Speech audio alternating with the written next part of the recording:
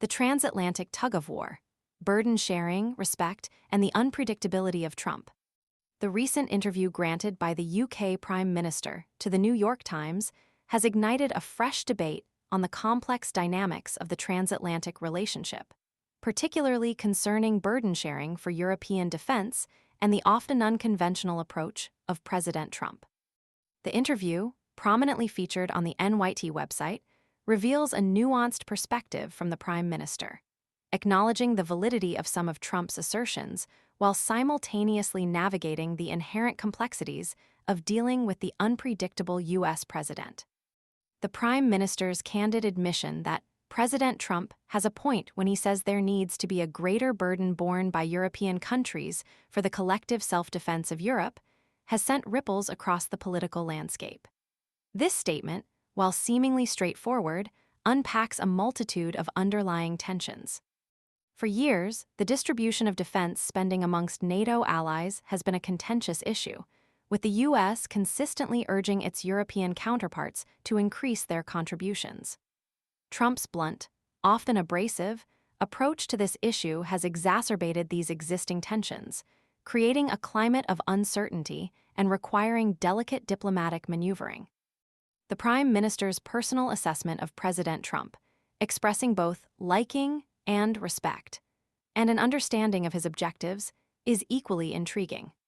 This carefully calibrated statement attempts to bridge the gap between acknowledging the validity of some of Trump's concerns and maintaining a degree of diplomatic distance from his more controversial actions and rhetoric. It's a delicate balancing act, recognizing the need for strong transatlantic ties while acknowledging the inherent challenges of navigating the unpredictable nature of the current U.S. administration. However, the Prime Minister's comments haven't been without criticism. Political analyst Steve Witkoff, for example, described the underlying assumption as simplistic, suggesting that the idea of European leaders emulating Winston Churchill in their responses to Trump is an oversimplification of the geopolitical complexities at play. Witkoff's perspective highlights the diverse range of opinions surrounding the Prime Minister's assessment, underscoring the lack of consensus on the most effective approach to dealing with Trump's demands for increased European defense spending. Witkoff's commentary further highlights the complexities of the situation by contrasting the Prime Minister's measured approach with his own assessment of Vladimir Putin, whom he claims to like and refuses to categorize as a bad guy. This starkly different perspective underscores the diverse viewpoints on global leadership and the challenges of forming cohesive international strategies in an increasingly fractured geopolitical landscape. It raises questions about the potential for unforeseen alliances and the impact of personal opinions on international relations. The Prime Minister's response to other controversial Trumpian actions, including the 25% tariff on British steel and the criticism of Ukrainian President Volodymyr Zelenskyy, demonstrates a calculated strategy of measured response. Acknowledging the quite a degree of disorientation generated by Trump's actions, the Prime Minister advocates for a measured response, rejecting the need for flowery language and unproductive escalation.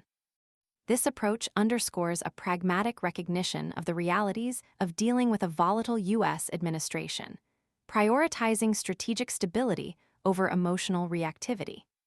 The Prime Minister's interview reveals a nuanced understanding of the intricate challenges inherent in maintaining a strong transatlantic relationship while navigating the turbulent political waters of the Trump era.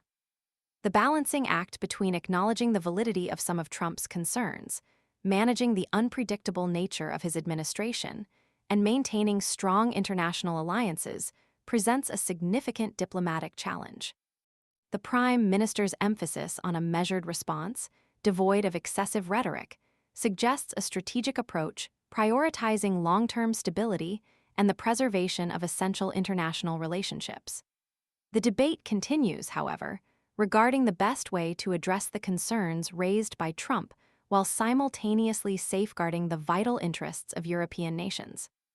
The Prime Minister's approach, while pragmatic, leaves ample room for further discussion and debate on the optimal strategy for navigating this complex and dynamic relationship.